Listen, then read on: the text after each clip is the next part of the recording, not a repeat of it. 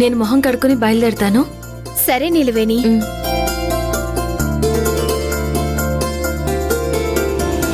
ఏమండి, ఏంటండి ఇది? నీలవేణి ఏవేవో చెప్తోంది. వాళ్ళ చెల్లి చదువుకి డబ్బులు కావాలని అంటుంది కదా, అలాంటప్పుడు కాదని ఎలా అనగలం చెప్పు.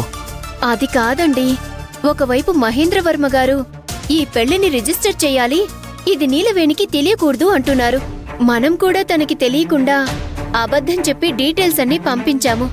కానీ తను మనల్ని నమ్ముతుంది. అదేనండి కొంచెం బాధగా ఉంది. నాకు అలానే ఉంది.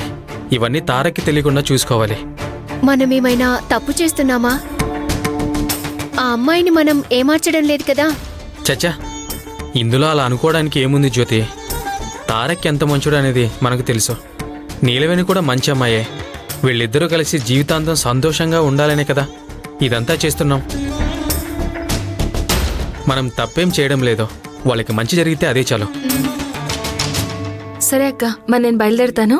సరే నీలవేణి, నెక్స్ట్ ఆర్డర్ ఎప్పుడొస్తుందో అప్పుడు నీకు చెప్తాను. సరే అక్క. నీలవేణి, ఒక్క నిమిషం ఆగు.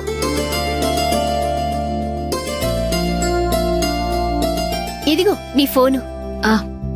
థ్యాంక్స్ అక్క. ఏంటక్క ఇది? ఇది పెట్టుకో. ఎందుకక్క ఇది? ఇది నీ మొదటి రోజు జీతం, తీసుకో. అక్క, అయ్యో అక్క, అవేం వద్దు. ఏంటి వద్దు? మొదటి రోజు పనిచేశావు కదా, దానికి జీతమే ఇది. ఇలా వద్దు అని చెప్పకూడదు, తీసుకో. నేనీరోజు ఊరికే మీ ఇంటికొచ్చాను. పర్వాలేదు, ఈ రోజు నుంచే పని స్టార్ట్ చేశావనుకో. జాగ్రత్తగా వెళ్ళిరా. సరే అక్క, వెళ్ళొస్తాను. వెళ్ళొస్తానన్నయ్య. అలాగే అమ్మా. మంచిదైంది, జ్యోతక్క వాళ్ళ ఇంట్లోనే